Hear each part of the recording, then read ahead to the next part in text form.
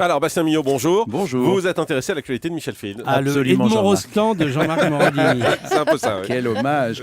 Donc ce soir, TF1 diffuse le dernier épisode de la saison pour Au fil de la nuit. Et comme la semaine passée, l'émission a été réalisée dans un lycée du Mans, dont les élèves ont été dûment associés au débat.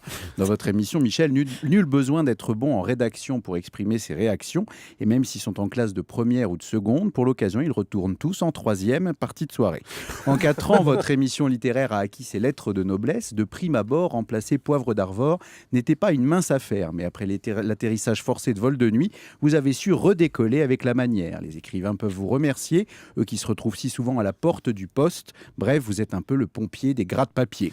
Votre émission est même l'une des dernières voix à s'élever contre le dévoiement de la culture à la télé. Trop souvent, les émissions culturelles se coltinent des audiences confidentielles. Les moins chanceuses sont remplacées par des divertissements abrutissants. C'est ce qu'on appelle passer à la trappe Nigo. Ce n'est pas demain que l'on supprimera Secret Story au profit de Socrate Story sur TF1. L'époque est donc rude pour les érudits. Et Michel Field a une telle carrière derrière lui qu'il n'a pas de quoi s'inquiéter. C'est vrai, Michel, vous êtes devenu un pilier des médias sans jamais plier devant les critiques. Un agrégé de philo tel que vous sait prendre les choses avec philosophie. Il est tout à votre honneur d'être aussi à l'aise avec Platon que sur un plateau.